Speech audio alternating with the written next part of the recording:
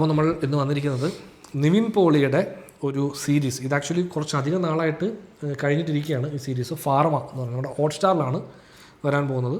അതിൻ്റെ ഒരു ട്രെയിലർ വന്നിട്ടുണ്ട്, നമുക്കതൊന്ന് കണ്ടു നോക്കാം. ഇത് actually international film festival Indian international film ഫെസ്റ്റിവലിൽ ഈ സാധനം പ്രദർശിപ്പിച്ചിട്ടുണ്ടായിരുന്നു. സീരീസിൻ്റെ എത്ര episode?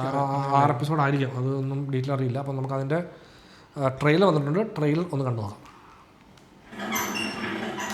Good morning doctor. I am K P Vinod. Sir, ഇതൊന്ന് തുझ्या ആളാണ്. വിനുബാബു ആരാണെങ്കിലും വീഴുന്നവരെ പ്രലോഭനം. Good morning doctor. I am K P Vinod. I am K P Vinod from Arts Life Health Care. നല്ല ഐശ്വര്യം. ബാഗൊക്കെ അടിയിൽ വെച്ച് കണ്ടപ്പോൾ ഒരു സമാധാനമില്ലേ, സന്തോഷമില്ലേ?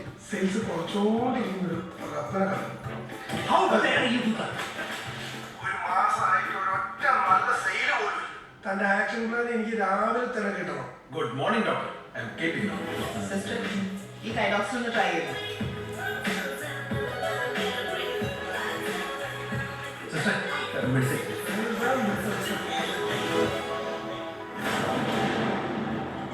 കഴിഞ്ഞ കുറച്ച് ദിവസമായിട്ട് ഇതിന്റെ പറയും അത്യാവശ്യം ഒരു സ്റ്റഡി ചെയ്തിട്ട് തന്നെയാണ് ഞാൻ KPM വെച്ചത്. ഞാൻ പ്രിസ്ക്രൈബ് ചെയ്താൽ മതി. എൻ്റെ ഒരു പേഷ്യൻറ്റ് എഫക്ട് ചെയ്തിട്ടുണ്ട്. This is a business model in pharma. മരുന്നാമണിക്കാരെ വിശ്വസിക്കാതെ ഡോക്ടർ. ഇതൊക്കെ സത്യമാണെങ്കിൽ അവരെ പുറത്തുവിടരുത്.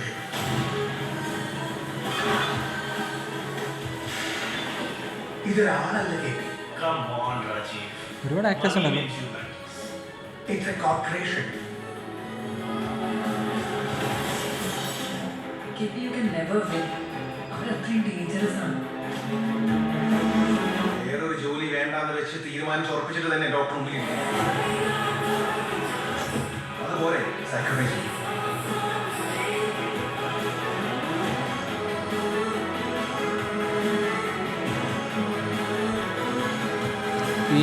PR ഫാർമ ഇൻഡസ്ട്രിയുടെ അകത്ത് പെട്ടുകിടക്കുന്ന അതെ PR അരുൺ ആണ് ഇതിൻ്റെ ഡയറക്ടർ. പുള്ളി ആക്ച്വലി ഫൈനൽസ് എന്ന് പറഞ്ഞൊരു ഫിലിമാണ് രജിഷ. അത് നല്ല സിനിമയാണ്, അത് കഴിഞ്ഞിട്ട് പുള്ളി ചെയ്യുന്ന വർക്ക് ഇതാണ്.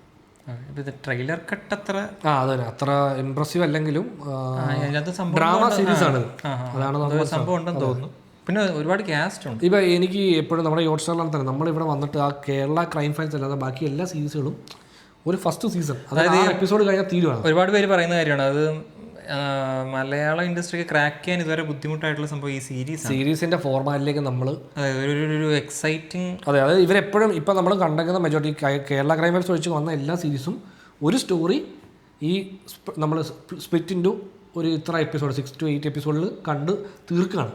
നമ്മളല്ലാതെ നമ്മൾ ഇപ്പം ബാക്കിയുള്ള സീരീസ് എന്ന് പറഞ്ഞാൽ ആ സീരീസ് എൻഡ് ആവുന്നില്ല, അതിൻ്റെ അടുത്ത സീസണിലേക്കുള്ളൊരു ലീഡായിരിക്കും പലപ്പോഴും നിൽക്കുന്നത്. അപ്പോൾ നമുക്ക് അടുത്ത സീസണിന് വേണ്ടിയുള്ളൊരു വെയിറ്റിംഗ് ഉണ്ടാവും. ഇവിടെ എന്ന് പറഞ്ഞാൽ അതില്ല. ഇത് ഈ ഇപ്പം കേരള ക്രൈമൽസ് പോലും അവർ ചെയ്യുന്നത് ഓരോ സീസണിലും അത് ചിലപ്പോൾ ഒരു ടോട്ടലി ഒരു ബിസിനസ് ഡിസിഷൻ ആയിരിക്കും. ഇതുവരെ ഈ സീരീസിൻ്റെ ആ ഒരു ബിസിനസ് ഐഡിയ ക്രാക്ക് ചെയ്യാൻ പറ്റാത്തതുകൊണ്ടോ അല്ലെങ്കിൽ ഇപ്പം എനിക്കൊന്ന് നോർത്തിൽ നിന്ന് ആളുകൾ വന്ന ഏജൻസ് ഒക്കെ വന്നിട്ടാണ് തോന്നുന്നത്. അത് നമ്മുടെ കൃഷാന്ത് ആക്ച്വലി ഇന്റർവ്യൂവിൽ പറഞ്ഞിട്ടുള്ളത്. അതായത് ഇത് ഭയങ്കര വലിയ പ്രോസസ്, ഒരു ലോങ് പ്രോസസ് സീരീസ്. അതിന്റെ സംഭവമായിരിക്കും. നമ്മുടെ ഇവിടെ അല്ലാതെ സിനിമ നമുക്ക് ആ സമയത്ത് 2 പടം ചെയ്യാം ഇവർക്ക്.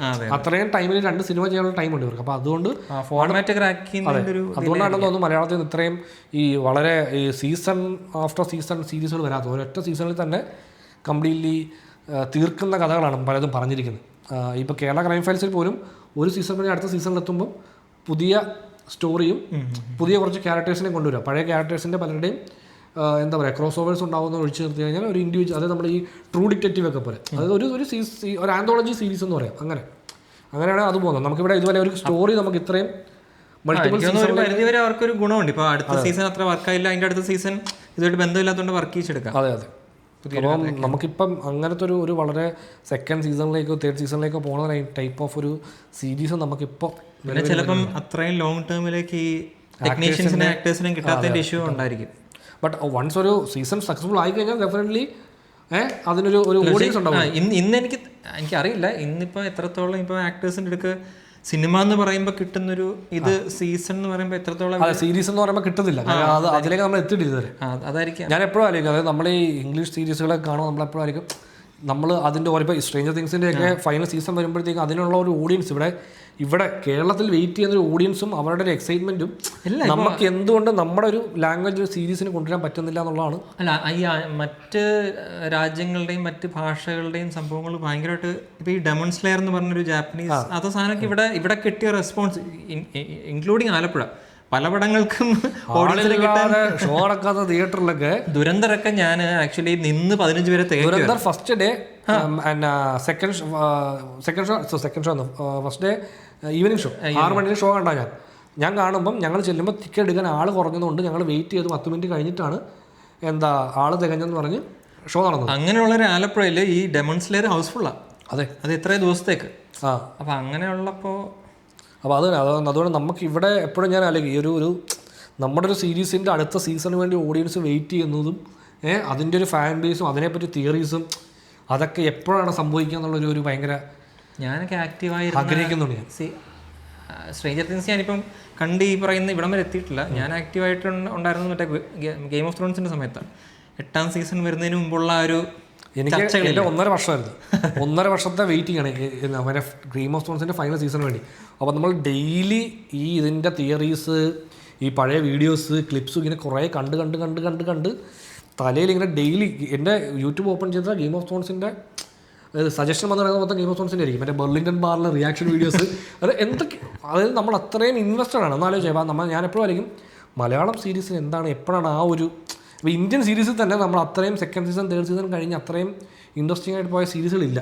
ഈ സീക്രട്ട് ഗെയിംസിന്റെ പോലും സെക്കൻഡ് സീസൺ കൊണ്ട് അവർ അത് ഒരുപാട് ഇഷ്ടപ്പെട്ട ആളുകളുണ്ട്. ഫസ്റ്റ് സീസൺ അടിപൊളിയായിരുന്നു. സെക്കൻഡ് സീസണിന് വേണ്ടി വെയിറ്റ് ചെയ്തു. അത് അസുരൊക്കെ ഉണ്ട്. അതൊക്കെ അസുർ സെക്കൻഡ് സീസണും ടോപ്പായിരുന്നു. പിന്നെ നമുക്ക് ഇതുവരെ ഇപ്പം 3rd സീസൺ വരെ വന്നതിൽ ആൾക്കാരുടെ ഇൻട്രസ്റ്റ് കുറച്ചുകൂടെ ഉണ്ടായ സാധനം ഫാമിലി മാനാണ്. Delhi crime files second season. Delhi crime files ഉണ്ട്. അപ്പം ഡൽഹി ക്രൈം ഫയൽസിലേക്കാളും അത്രയും ഫാൻ ബേസ് കുറച്ചുകൂടെ കുറവാണ്.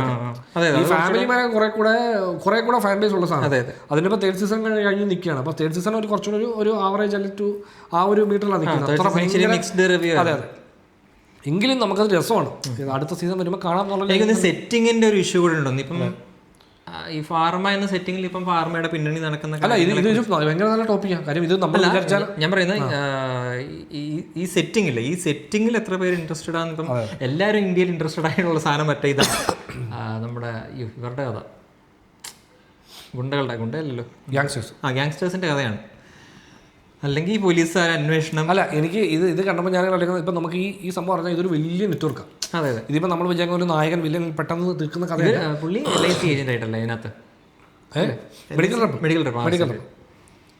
ആ ഷോട്ടില്ല, അത് ആക്ച്വലി നമ്മുടെ ഇവിടെ, അതായത് ആ ഐഡിയ ഇല്ല, അതായത് ഒരുപാട് മെഡിക്കൽ റെപ്പ് ഒരു ഡോക്ടറെ കാണാൻ വന്നിരിക്കുന്നുള്ള ഐഡിയ, അത് നമ്മുടെ മലയാള സിനിമ ചൊവ്വയിൽ പ്രസന്റ് ചെയ്യുന്നത് അങ്ങനല്ല. അത് ഞാൻ കൂടുതൽ കണ്ടുള്ള വിദേശ സിനിമകളുടെ പ്രസന്റേഷനാണ്, അങ്ങനെ കൃത്യമായിട്ടുള്ള അറേഞ്ച്മെന്റ് പരിപാടികളൊക്കെ.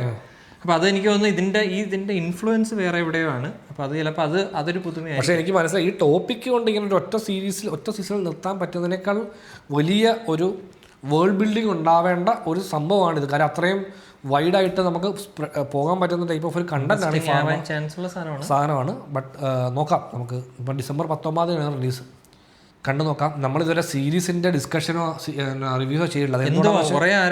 അതെന്തുകൊണ്ടാന്ന് വെച്ച് കഴിഞ്ഞാൽ ഞാനിത് കാണുന്നുണ്ട്, അദ്ദേഹം ഇത് കാണാൻ, സിനിമ കാണാൻ തന്നെ ഒരുപാട് സമയമെടുക്കുന്ന വ്യക്തിയാണ്. സീരീസിലേക്ക് എത്താൻ ഇനിയും ഒരുപാട് സമയമെടുക്കും. അപ്പോൾ അതുകൊണ്ടാണ് ഇപ്പം ഞാൻ സ്ട്രേഞ്ചർ തിങ്സ് കംപ്ലീറ്റ് ചെയ്ത് നിൽക്കുകയാണ്. ഇനി അടുത്ത വരാൻ വേണ്ടി വെയിറ്റിംഗ് ആണ് നമ്മൾ. അപ്പം ഞാനെല്ലാം കറക്റ്റായിട്ട് കണ്ടുപോകുന്നുണ്ട്. അപ്പം ഞാൻ ഒറ്റയ്ക്കിരുന്ന് സംസാരിക്കുന്ന പോലെ അല്ലല്ലോ, 2 പേരുണ്ടെങ്കിൽ അതിൽ സംവാദം ഉണ്ടാവും. ഇടിച്ചിടിച്ച് നിൽക്കേണ്ടത് നമ്മൾ, അവൻ ഒറ്റയ്ക്ക് ഇതിൻ്റെയൊക്കെ റിവ്യൂ പറയാം. അപ്പം നമുക്ക് ഫാർമ December 19 റിലീസാണ്. നമുക്ക് നോക്കാം, പറ്റിയാൽ കണ്ടിട്ട് എന്തെങ്കിലും പറയാൻ പറ്റുമെങ്കിൽ, നമ്മൾ 2 പേരും ഒരുമിച്ച് കാണാൻ പറ്റിയാൽ ഡിസ്കഷൻ വീഡിയോ നമുക്ക് ചെയ്യാം.